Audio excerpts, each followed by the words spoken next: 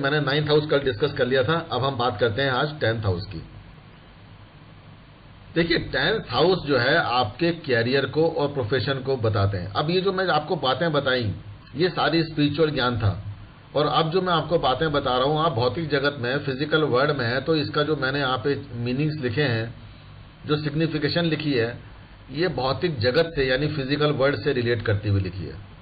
क्योंकि एस्ट्रोलॉजी जितनी आपके लिए एप्लीकेबल है उतनी धर्म गुरुओं के लिए भी और उतने ही स्पिरिचुअल वर्ल्ड से कनेक्टेड लोगों के लिए भी उतनी ही काम करती है। उस डायरेक्शन में अगर आप जाएंगे तो 9th से 12th तक की यात्रा एक अलग तरीके से आप एनालाइज कर सकते हैं। और अगर आप फिजिकल वर्ल्ड की कामना कर रहे हैं, इसी में रहना चाहते हैं, तो कुछ डेफिनेशंस चेंज हो जाती है, लेकिन अंडरलाइन मीनिंग वही रहता है। 10th हाउस आपके कैरियर को, आपके प्रोफेशन को दिखाता है। इसी घर से आपको अथॉरिटी प्राप्त होती है। किसी भी चीज की जो पावर है, जो प्रेस्टीज है, जो पोजीशन आपको प्राप्त होती है, वो 10th हाउस है। 10th हाउस आपके गवर्नमेंट को भी दिखाता है। गवर्नमेंट को क्यों दिखाता है, पहली बात सोचिए। क्या शनि गवर्नमेंट है? क्योंकि घर तो शनि का है, कैप्रिकॉर्न साइन है, तो ये गवर्नमेंट को क्यों दिखाता है? देखिए सबसे पहली बात यह है कि शनि भी है, तो शनि है कौन? राजपुरुष हैं, सूर्य के पुत्र हैं। ये राजमहल में रहते थे लेकिन राजमहल को त्याग दिया। क्यों त्याग दिया? ये भी राजधर्म है। शनि कर्म कर रहे हैं यहाँ पे, तो कर्म करने के लिए राजा को कर्म करने के लिए अपने राजसी ठाट बाट को त्यागना पड़ता है, सन्यासी बनना पड़ता है। तो सबसे बड़े सन्यासी कौन? शनि सन्यासी हैं वो। उन्होंने सबसे पहले अपने राज को ही त्याग दिया राजधर्म को निभाने के लिए। अब वो राजा कौन है? वो राजा है सूर्य। तो जब शनि के घर में कर्म के यानी कैप्रिकॉर्न साइन में जब सूर्य आते हैं, तो सूर्य की गर्मी उस कैप्रिकॉर्न साइन के उस तालाब की दलदल को सुखाने लग जाती है। तो वो दलदल जो सूखी, वो भूमि जो है फिर अब उपजाऊ बनने लग जाती है। तो यहां पर सूर्य दिग्बली हो जाते हैं, दिशा बल प्राप्त होता है सूर्य को। इस जगह पे हम लोग नॉर्दर्न हेमिस्फीयर में हैं। सूर्य कौन सी डायरेक्शन में ट्रेवर्स करेगा? ऑब्वियसली साउदर्न टेरिटरी को ट्रेवर्स करेगा। जो साउथ डायरेक्शन में जाके सूर्य जब हमारे सर के ऊपर होता है, बिल्कुल सिर के ऊपर बैठा हुआ है, जहां पे आप ये नहीं कह सकते कि तू नॉर्दर्न से ट्रेवल करके आया है, ट्रेवर्स करके आया है नॉर्थ डायरेक्शन से या साउथ से आया है, यानी कि तू नॉर्दर्न हेमिस्फीयर से घूम के आया है या फिर साउदर्न हेमिस्फीयर से घूम कर आया है, लेकिन you are sitting on top of our head. तो वो जो स्थान है basically that is the 10th house. And 10th house में बैठा हुआ सूर्य उच्च का प्रभाव देता है, एक्सॉल्टेशन में रहता है। ये उच्च का मतलब होता है कि दिशा बल प्राप्त होता है। वैसे सूर्य कहां पे उच्च का होता है? मेष राशि में उच्च का होता है, ना कि कैप्रिकॉर्न में। यहां पर मेरा पॉइंट यह है कि कैप्रिकॉर्न में क्योंकि ये कर्म स्थान है, यहां पे आकर सूर्य कर्म करता है, यानी कि राजा जो है अब ऐसे सिंहासन पर बैठा हुआ है, दिशा बल जिसे प्राप्त है और वो अपने कर्म कर रहा है। तो ऐसे घर में आकर सूर्य को कर्म करना पड़ता है। तो यानी कि ऐसी गवर्नमेंट जो गवर्नमेंट काम कर रही है, तो ऑब्वियसली उसके प्रजा को भी उसका फायदा मिलता है। तो कर्म कौन कर रहा है? आप कर रहे हैं। तो आत्मा को फायदा कौन देगा? काम करेंगे तभी तो देगा। तो सूर्य खुद, राजा खुद काम करने के लिए यहाँ पे जब आता है तो दिशा बल उसको प्राप्त होता है। इसीलिए 10th हाउस को क्या बोला गया? गवर्नमेंट को रिप्रेजेंट करता है। तो यानी कैप्रिकॉर्न साइन, सैटर्न एंड सन, ये तीनों चीजें गवर्नमेंट को रिप्रेजेंट करती है। और सूर्य को ग्रहण कौन लगाता है? राहु लगाता है। तो 10th हाउस में राहु भी आपको बहुत अच्छा प्रभाव देता है, उसका इंपॉर्टेंट कार्य क्षेत्र होता है, क्योंकि यहाँ पे वो गवर्नमेंट बनने की कोशिश करता है। तो क्या बनते हैं? पॉलिटिक्स में आ जाता है। तो यानी कि जो पॉलिटिक्स का एरिया है वो भी 10th हाउस से रिप्रेजेंट होता है। 10वें घर में बैठा हुआ राहु इंसान को पॉलिटिकल बना देता है, डिप्लोमेटिक बिहेवियर करवा देता है उसका। और कई बार आपने जो है जितने भी नेता बनते हुए देखे होंगे, उसमें 10th राहु का इंपॉर्टेंट रोल देखा होगा, उच्च के सूर्य का रोल देखा होगा कहीं ना कहीं पे। 10th हाउस आपके कर्मास को दिखाता है, क्योंकि शनि का घर है। कर्म आपको यहीं से दिखते हैं। आप नौकरी कर रहे हैं, नौकरी को यही घर है। क्यों घर है नौकरी का ये घर? सिंपल सी बात है कि छठा घर आपका सर्विस एरिया है, और छठे घर से 10th हाउस ट्राइन में आता है, त्रिकोण में आता है, ट्राइन फॉर्मेशन है।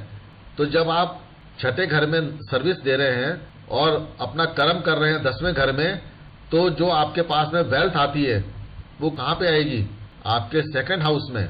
तो 2nd house, 6th house and 10th house, ये तीनों जो है आपके ट्राइन फॉर्म करते हैं। इसको क्या बोलते हैं हम? अर्थ त्रिकोण, अर्थ प्राप्ति का त्रिकोण है। यहां से पैसा कमाते हैं आप, यहां से अपने परिवार का पालन पोषण करते हैं। यानी कि अगर 10वें घर में आप कर्म ना करें तो परिवार भी डूब जाएगा, यानी सेकंड हाउस डूबेगा, आपकी स्पीच वाणी खराब हो जाएगी और आपका जो धन है यानी परिवार का एक्यूमुलेटेड धन वो भी खत्म हो जाएगा। इसीलिए कहते हैं कि जिस व्यक्ति ने 9वें घर में धर्म को पकड़ लिया, अपने साथ बांध लिया और धार्मिक कृत्य करता है, यानी कि धर्म का पालन कर रहा है। धर्म का पालन करने का क्या मतलब होता है? डूइंग द राइटियस डीड, वो धर्म है। यानी कि आप सही कार्य कर रहे हैं, सत्य कार्य कर रहे हैं, जो धर्म सम्मत हैं वो कार्य आप कर रहे हैं, ठीक है। जो नेचर ने आपको अप्रूव किए हुए हैं, मदर नेचर ने, वो कार्य अगर आप कर रहे हैं तो उसका फल किसको प्राप्त होगा? उसका फल प्राप्त होता है आपके परिवार को, घर परिवार को, वहां पे संपन्नता प्राप्त होती है। तो 10वें घर में किया हुआ सही कर्म आपके पूरे परिवार को यानी सेकंड हाउस को इन्फ्लुएंस करता है, क्योंकि 6ठे घर में आपने सर्विस करी, मेहनत करी, वहां पे 10वें में आपने एक्चुअल कर्म किया और उसका फल कहां मिला? तीसरे त्रिकोण के सबसे हायर एंगल पे, यानी कि सेकंड हाउस में। क्योंकि ट्राइन फॉर्मेशन ब्रह्मा विष्णु महेश की फॉर्मेशन है, ध्यान रखिएगा, ये मैंने आपको पहले बताया था एक बार जो है।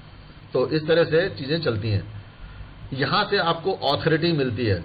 जब ऑथोरिटी मिलती है, सूर्य को सूर्य क्यों बोलते हैं? क्योंकि वो राजा है और राजा के पास में अगर मान सम्मान नहीं है, उसका नेम नहीं है, ठीक है। मर्यादा पुरुषोत्तम श्री राम, उनको मर्यादा पुरुषोत्तम, तो ये मर्यादा पुरुषोत्तम क्या चीज है? उनके लिए नेम, फेम, स्टेटस, पोजीशन को स्टैंड करता है, उनके व्यक्तित्व को दिखाता है ये वर्ड मर्यादा पुरुषोत्तम, यानी मर्यादा में रहने वाले उत्तम पुरुष। तो यानी डिग्निफाई कर दिया उनको।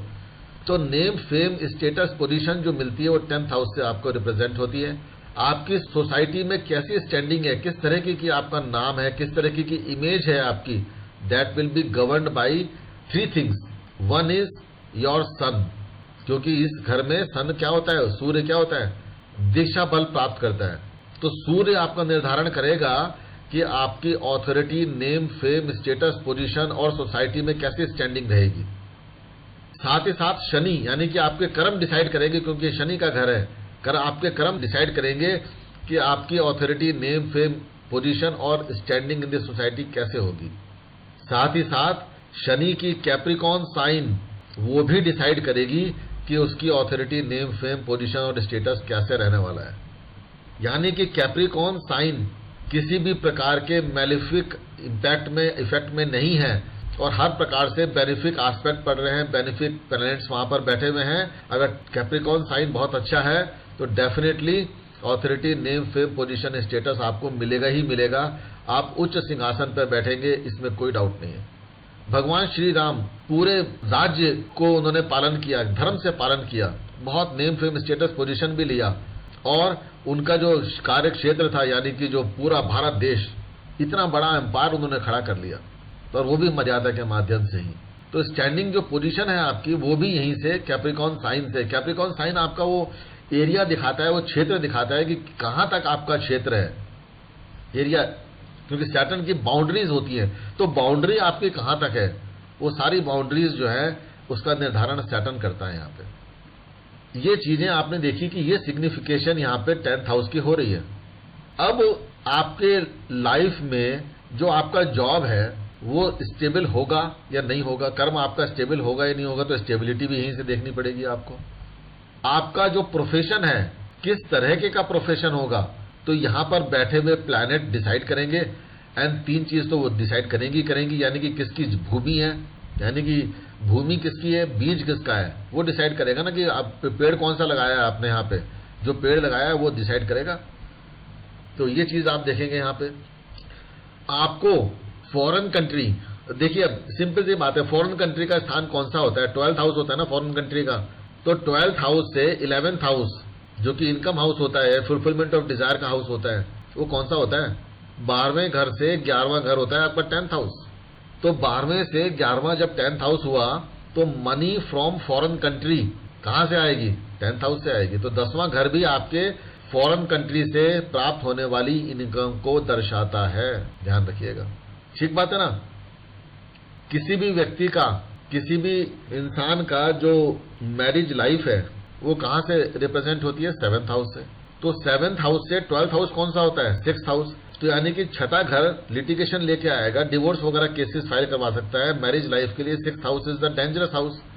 6th हाउस से टाइम में कौन सा घर आता है? 10वां घर आता है। तो छठा घर और 10वां घर, ये दोनों घर जो है मैरिज से सेपरेशन कराने के लिए हो सकते हैं, यानी कि आपके वैवाहिक जीवन के सुखों में कमी लाते हैं। तो सिंपल सी बात आज मैंने आपको बताई। जो भी लोग हैं मेरी बात को बहुत ध्यान से सुने कि 10th हाउस से हम ये चीज देखेंगे कि मैरिज का किसी व्यक्ति को वैवाहिक जीवन का सुख उसको प्राप्त हो रहा है या नहीं हो रहा है। अगर मैलेफिक प्लैनेट 10th हाउस में बैठे हुए हैं तो आप क्या प्रेडिक्शन कर देंगे? इमीडिएटली बोलेंगे कि भैया वैवाहिक जीवन के सुखों में कुछ न कुछ कमी जरूर देखने को मिलेगी। छठे घर में अगर मैलेफिक प्लैनेट्स बैठे हुए हैं तो आपके लिए फायदेमंद है, आपको बहुत ऊंचा स्टेटस दे सकते हैं, लेकिन वैवाहिक जीवन में कमी जरूर लेके आएंगे। कभी न कभी डिवोर्स के केसेस भी बन सकते हैं। जितने भी पॉलिटिकल लीडर्स हैं, जरा इनका वैवाहिक जीवन देखना जाके आप अंदर, हमेशा डिस्टर्ब मिलेगा।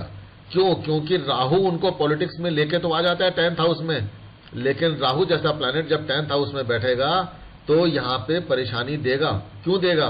क्योंकि 10th हाउस 7th हाउस से 4th पड़ता है, तो यानी कि चौथे घर में अगर राहु आ गया तो मन की शांति खत्म कर देगा। अब मन की शांति किसकी खत्म होगी? आपके पार्टनर की। तो आपके लाइफ पार्टनर की जब मन की शांति खत्म हो रही है तो डेफिनेटली घर में कलह क्लेश बढ़ रहा है, आपके मैरिज लाइफ में दिक्कत परेशानी आ रही है। सिंपल सी बात यह है। तो यानी कि कुंडली में अगर छठा घर और 10वां घर एक्टिव है तो सेपरेशन की संभावनाएं ज्यादा स्ट्रांग हो जाएंगी। और अगर आपका फर्स्ट हाउस भी एक्टिव है, फर्स्ट हाउस कौन है? यू योरसेल्फ, यानी कि पहला घर, छठा घर और 10वां घर किसी तरीके से भी अगर एक्टिव हो गए तो 100% क्या बोलेंगे आप कि भैया डिवोर्स पेपर्स फाइल हो गए तुम्हारे या नहीं हुए? ये पूछिएगा आप उससे, उसके डिवोर्स के पेपर फाइल हो जाएंगे अगर कोई बेनिफिक एस्पेक्ट नहीं पड़ रही है इन घरों के ऊपर। तो इसका मतलब यह है कि 10th हाउस हमने बताया कि कामकाज के अलावा जो है मैरिज को भी आपके सुखों को बताता है। यहां से देखिए, आपका 2nd हाउस मैंने बताया था कि आपका वाणी का स्थान है, स्पीच हाउस है। और 9वें घर में क्या है? धर्म का ज्ञान है, वेदों का ज्ञान है, शास्त्रों का ज्ञान है। तो जो कर्म कांडी ब्राह्मण वेद पाठ करेगा, मुंह से वाणी से स्पीच करेगा, तो 9th हाउस से 2nd हाउस कौन सा होता है? 10th house. तो 10वां घर आपको दिखाता है आपके रिसाइटिंग ऑफ मंत्रास को। आप मंत्र बोलते हैं, चांट करते हैं, आप यज्ञ कर रहे हैं, हवन कर रहे हैं, इस तरह के रिचुअल्स आप कर रहे हैं। कौन बताएगा? 10th हाउस बताएगा। काला जी यहां पर बैठे हुए हैं। काला जी की कुंडली में आपको याद होगा मैंने जब डिस्कस करी थी, 10th हाउस में बुध बैठा हुआ है। लग्नेश, लगन का मालिक बुध 10th हाउस में बैठा हुआ है। कौन से घर में बैठेगा? क्योंकि इनकी याद है शायद कन्या लगन थी, तो 10th हाउस में कौन सा राशि आएगी? मिथुन राशि आएगी। तो यानी कि बुध स्वग्रही होकर 10th हाउस में बैठा हुआ है। और वहीं पे देवगुरु बृहस्पति भी बैठे हुए हैं, और वहीं पर सूर्य देव भी आकर बैठे हुए हैं। अग्नि के प्रतीक हैं। क्या आप आंख बंद करके ये प्रेडिक्शन कर सकते हैं इनके बारे में कि ये वेद मंत्रों का प्रॉपर उच्चारण करते होंगे, निर्विरोध बिना रुके उच्चारण करते होंगे?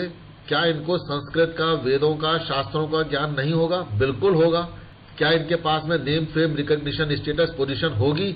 बिल्कुल होगी। क्या इनके पास में फाइनेंशियल अर्निंग, विदेशों से आने वाला पैसा कभी इनको जीवन में प्राप्त होगा? जी बिल्कुल प्राप्त होगा। विदेशों के जो क्लाइंट्स होंगे वो इनको पैसा देके जाएंगे। क्या ये हवन, पूजा पाठ, वेद मंत्रों का उच्चारण करने वाले होंगे, उसका ज्ञाता होंगे? बिल्कुल होंगे। क्यों होंगे? क्योंकि देवगुरु बृहस्पति 10वें घर में बैठे हुए हैं। लेकिन 9th को, यानी कि सजिटेरियस साइन के को रिप्रेजेंट करते हैं, जो उनकी मूल त्रिकोण राशि है, यानी 9th हाउस है। तो 9th हाउस का देवता अगर 10th में आकर बैठा हुआ है तो बहुत अच्छी बात है। लेकिन समस्या इनके साथ में एक रहेगी जीवन में। क्या समस्या रहेगी? देखिए, लगन किसका है? ये बुध का लगन है। बुध अपने घर में आकर 10th हाउस में बैठा हुआ है, बुद्धि का स्वामी है। और बुध और बृहस्पति की शत्रुता मैंने आपको पहले बताई थी। तो अब यहां पर कुछ ना कुछ इश्यूज देखने को मिलेंगे, क्योंकि 9th हाउस में कौन सी राशि आएगी इनकी कुंडली में? 9th हाउस में इनकी राशि आएगी वृषभ राशि, टॉरस साइन, जो कि शुक्र की है। और शुक्र और बुध जो है मित्र हैं। तो यानी कि जो मित्रता मिल रही है 10th हाउस में काम करने के लिए, वो बुध की मित्रता मिल रही है, शुक्र की मित्रता मिल रही है। इनके पास में वेदों का, शास्त्रों का पूरा ज्ञान होगा। हवन भी करेंगे, पूजा पाठ भी करेंगे, सब कुछ करेंगे। लेकिन ये बुध को अवॉइड नहीं कर सकते। बुध जो है लर्निंग को रिप्रेजेंट करता है, शास्त्रों को, ज्ञान को रिप्रेजेंट करता है। और अपने शुक्र यानी कि 9th लॉर्ड है। और शुक्र क्या है? वैभव संपन्नता का है। तो अगर ये सोचें कि भैया मैं ना धोती कुर्ता पहन करके रोज जो है वेद मंत्र का उच्चारण करता रहूं, पूजा पाठ करता रहूं, मुझे पैसा मिल जाएगा, मिल तो जाएगा, क्योंकि यहाँ पर बृहस्पति 12वें घर से 11वें में बैठे हुए हैं, तो आपको इनकम तो करा देंगे। लेकिन कुछ ना कुछ इश्यूज, परेशानी चलती रहेंगी। लेकिन मिथुन राशि रिप्रेजेंट करती है कम्युनिकेशन को, मिथुन राशि रिप्रेजेंट करती है आपके नेटवर्किंग को, मिथुन राशि रिप्रेजेंट करती है टेलीकम्युनिकेशंस को, टेक्नोलॉजीज को, आपके इंटरनेट मीडिया को, आपके यूट्यूब वगैरह इन सब चीजों को, ठीक है, आपके टेलीविजन को। तो अगर काला जी टेलीविजन पे आएंगे, मीडिया को यूज करेंगे, नेटवर्किंग अपनी बनाएंगे, इस तरह से अपने चीजों को, अपने वेद मंत्रों के, अपने शास्त्रों के ज्ञान को अगर पब्लिक तक पहुंचाएंगे, दूर दराज के क्षेत्रों तक भी, यानी कि विदेश में भी इनको लोग इनको देखें सुने, तो एक दिन ऐसा आएगा कि इनके पास में धन संपन्नता पूरी तरह से सब कुछ अवेलेबल होगा। Name, status, fame, recognition, position, everything, society के अंदर स्टैंडिंग, सब कुछ इनके पास में होगी। छोटी सी बात मैंने कही सिर्फ इन 2 चीजों के ऊपर। इस तरह से आप चीजों को समझिए और प्रेडिक्शन कीजिए। जो भी ऑथोरिटेटिव जॉब्स होते हैं, गवर्नमेंट की जितनी भी सीनियर पोजीशंस हैं, आईएएस, पीसीएस, ये सारी चीजें कौन सा घर से रिप्रेजेंट होंगी? ये डेफिनेटली होंगी 10th हाउस से रिप्रेजेंट। तो यानी कि आईएएस, पीसीएस बनाने वाला ग्रह कौन सा हो गया? सूर्य हो गया। यानी कि सूर्य की महादशा चल रही हो, सूर्य की पोजीशन कुंडली में अच्छी हो, 10th हाउस अच्छा हो, क्या प्रेडिक्शन करेंगे? भैया आईएएस, पीसीएस या गवर्नमेंट के सिविल सर्विसेज के एग्जाम दे दो, आपको सक्सेस मिल जाएगी। Because name, fame, recognition, position, status आपका बन गया। और हमने कहा है कि जब आप बीज को देखते हैं तो थोड़ा माइक्रोस्कोपिक व्यू देखो। कभी ऊपर से देखने में बीज अच्छा लग रहा है लेकिन अंदर से खराब हो, कहां देखेंगे? नवमांश कुंडली में। D9 चार्ट में जाइए, देखिए सूर्य की पोजीशन। अगर सूर्य लगन कुंडली में एक्सॉल्टेशन में बैठा हुआ है, मान लीजिए 10th हाउस में ही बैठा हुआ है, तो गवर्नमेंट सेक्टर में बड़ी सक्सेस मिल सकती है। लेकिन नवमांश कुंडली में जाकर अगर वो नीच अवस्था में बैठ गया या परेशानी में फंस गया तो उसको सक्सेस नहीं मिल पाएगी। तो इसलिए बीज के लिए, बीज को भी आप देखिए कि कितना स्ट्रांग है बीज, क्या उसके अंदर जनन करने की क्षमता बची हुई है या नहीं है। तो इसलिए आप नवमांश कुंडली में जाकर उस ग्रह को, उस प्लैनेट को जरूर देख लीजिएगा और प्रोफेशन डिक्लेयर कर दीजिएगा। ठीक है जी। जो पिता का घर है कौन सा है? 9th हाउस है। 2nd हाउस क्या होता है?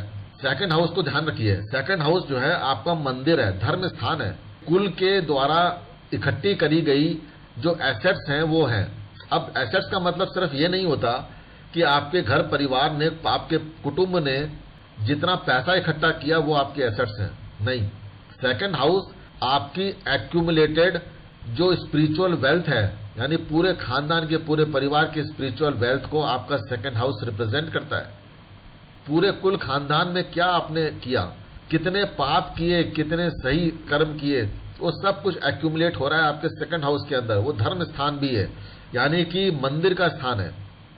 अब पिता का स्थान है 9th, तो 9th से 2nd कौन है? 10th house. तो यानी 10th हाउस में पिता ने किस तरह के कर्म किए वो भी रिप्रेजेंट होते हैं। पिता ने अगर बहुत अच्छे सुंदर कर्म किए हैं, नेम, फेम, रिकॉग्निशन, स्टेटस अपना कमाया है, आपके लिए एक ऐसी जमीन तैयार करके दे दी उसने, तो डेफिनेटली पिता से मदद आपको मिल जाएगी। पिता के कार्य को आगे बढ़ाने का अगर आप काम करते हैं तो सफलता आपके कदम जरूर चूमेगी। तो इसीलिए आपने देखा होगा कि पहले जमाने में घर परिवार में कोई व्यक्ति अगर ज्वेलर का काम कर रहा है तो उसका बेटा भी ज्वेलर बन जाता था, उसके बाद वो भी ज्वेलर बन जाता था। उसके बाद में जो है, अगर हम पॉलिटिक्स की बात करें तो पॉलिटिक्स के अंदर भी इसी तरह की चीजें चलती हैं। विरासत शुरू हो गई, क्योंकि राहु जब 10th हाउस में आया है तो 10th हाउस में आपको वो पॉलिटिक्स में तो ले आया, लेकिन वो अपना अधिकार नहीं छोड़ना चाहता। और यहाँ पे प्रॉब्लम है पॉलिटिक्स के अंदर। लेकिन जो राज सत्ता है, राज सत्ता में भी यही होता था कि राजा अपना उत्तराधिकारी नियुक्त करके आगे बढ़ता था। इसी तरह से पिता का उत्तराधिकारी कौन है? बेटा है। और बेटे का उत्तराधिकारी कौन है? उसका बेटा यानी पुत्र। तो ये जो सत्ता है ये हस्तांतरण कंटिन्यूअस चलता रहता है। और जितने भी आप कर्म करते हैं, ये सारे व्यक्ति जितने भी कर्म कर रहे हैं, यानी कि दादा, आपके परदादा, दादा, आपके पिता, आप और आपका बेटा, परपोता, पोता, ये सारे व्यक्ति जो भी कर्म कर रहे हैं 10th हाउस में, इनका जो कर्मास का जो एक्यूमुलेटेड वेल्थ जो उन्होंने जनरेट करी है वो आपके 10th हाउस में रिप्रेजेंट करती है। तो अगर किसी ने पाप करे तो पापों को रिमूव करने का काम कौन करेगा? 10th हाउस करेगा। तो यानी कि पिता ने अगर कोई गलत कार्य करे तो आप यानी बेटा जिसकी कुंडली आप यहाँ पे रीड कर रहे हो, भाई आप ही की कुंडली डिस्कस हो रही है ना, तो आपके पिता कौन है? 9th house. और पिता के द्वारा जो गलत कर्म किए हैं, पाप कर्म किए हैं, वो भी एक्यूमुलेट कहाँ पे हुए? 10th हाउस में। और 10th हाउस में कौन कर्म कर रहा है? आप कर्म कर रहे हैं। तो यानी कि पिता के पापों का घड़ा जब भर गया तो उसको अमृत में कन्वर्ट कौन कर सकता है? कौन उसको जीवन दान दे सकता है? पिता को बाहर कौन निकाल सकता है? वो आप स्वयं है। तो इसलिए पिता को अगर मुक्ति देनी है तो बेटा ही मुखाग्नि देता है पिता को। क्यों देता है? कहने लगे भैया मेरे से जो गलती हुई है उसको तू सुधार देना, तो मुझे मुख अग्नि दे दे, यानी अग्नि से ज्यादा पवित्र कोई नहीं है। कहने लगे मुझको तू अग्नि में समर्पित कर दे, मेरे पापों का नाश कर दे, दहन कर दे उसका, और अपने कर्मों के माध्यम से मेरे कर्मों को भी सुधार देना, क्योंकि तेरे ही कर्म आगे जाके मैं भोगूंगा भी। तो आप देखिए कितनी गूढ़ साइंस है यहाँ पर। ठीक है, तो अब हम बात करते हैं रिलेशंस कौन से हैं। भैया 10वें घर की बात हो रही है, कर्म की बात हो रही है, तो ऑब्वियसली आपका रिलेशन यहाँ पे 10th हाउस में आपके बॉस के साथ में बनेगा। हायर ऑफिसर्स जो होते हैं, गवर्नमेंट ऑफिसर्स जो हैं, गवर्नमेंट बॉडीज जो हैं, उन सबके साथ में 10th हाउस रिलेशन दिखाता है। 10th हाउस का रिलेशनशिप आपके पिता के साथ में भी होता है, जबकि पिता का घर 9th होता है, लेकिन 10th हाउस पिता के कर्म को रिप्रेजेंट करता है। यहाँ पे एक्यूमुलेटेड वेल्थ को रिप्रेजेंट कर रहा है पिता की। तो इसलिए 10th हाउस का जो संबंध है वो पिता के साथ में भी होता है, इसलिए सूर्य यहाँ पे दिग्बली हो जाता है। यहाँ पर जो बॉडी पार्ट्स की हम बात करते हैं, तो ये कौन सी राशि आती है? कैप्रिकॉर्न साइन, मकर राशि है। और कुंभ राशि मैंने क्या बताई थी? आपके थाइस को बताई थी, इंटरनल थाइस को, और आपको मैंने बताया था 9th में कि हिप बोन को बताया था, हिप बोन आती है। तो 10th हाउस में नेक्स्ट राशि में क्या आएगी कि जांघों से नीचे का जो स्थान है, जो आपके आउटर थाइज हैं, वो आता है। और आपके घुटनों से लेके यानी जांघों से लेके थाइज से लेके नीज के बीच का जो हिस्सा है, और इंक्लूडिंग नीज, आपके घुटने जो हैं वहां तक का स्थान इस मकर राशि को प्राप्त है। ये पैर हैं आपके। और सबसे ज्यादा लोड कहां पे रहता है आपका? ध्यान रखिएगा, घुटनों के ऊपर आपके सारे शरीर का सबसे ज्यादा बोझा पड़ता है। घुटने अगर आपके काम नहीं कर रहे हैं तो आप चल नहीं सकते। तो यानी कि कर्म, यानी कि 10th हाउस में अगर आपने कर्म नहीं किया तो आपका जीवन नहीं चल सकता। 10th हाउस में अगर आपने धर्म के कर्म नहीं किए, धर्म को नहीं अपनाया, तो आपका जीवन नहीं चल सकता। बृहस्पति के ज्ञान को आपने नहीं अपनाया, शनि की शिक्षा को, उसकी बाउंड्रीज को, उसको नहीं समझा, तो आपका जीवन नहीं चल सकता सही ढंग से। क्योंकि घुटने कौन है? 10वां घर। यहाँ पे आपके सारा जीवन का वजन आपका टका हुआ है। जो लाइफ का जो सेंटर है वो कर्म का, वो ये 10th हाउस है। कैरियर क्या रिप्रेजेंट करेंगे यहाँ पे? मैंने आपको बता दिया कैरियर क्या है जी। Government services, job, senior top और leadership position, civil services, politics, authoritative positions. आपने देखा एक पोजीशन होती है गवर्नमेंट के अंदर सीएजी की, कंट्रोलर एंड ऑडिटर जनरल जो होता है। तो यानी कि 10वां घर क्योंकि शनि का है, तो कंट्रोल भी कर रहा है और ऑडिट भी करा रहा है, आपके कर्मास का ऑडिट भी हो रहा है। तो सीएजी की जो पोजीशन है वो 10th हाउस में परफेक्ट बनती है। तो अगर 10th हाउस के ग्रह बहुत सपोर्टिव हैं तो सीएजी में यानी गवर्नमेंट पोजीशन में सीएजी में भी भेज सकते हैं। लेकिन ऑडिट करने का काम किसका है? किसके पास है ये स्किल? बुध के पास है, मरकरी के पास होती है।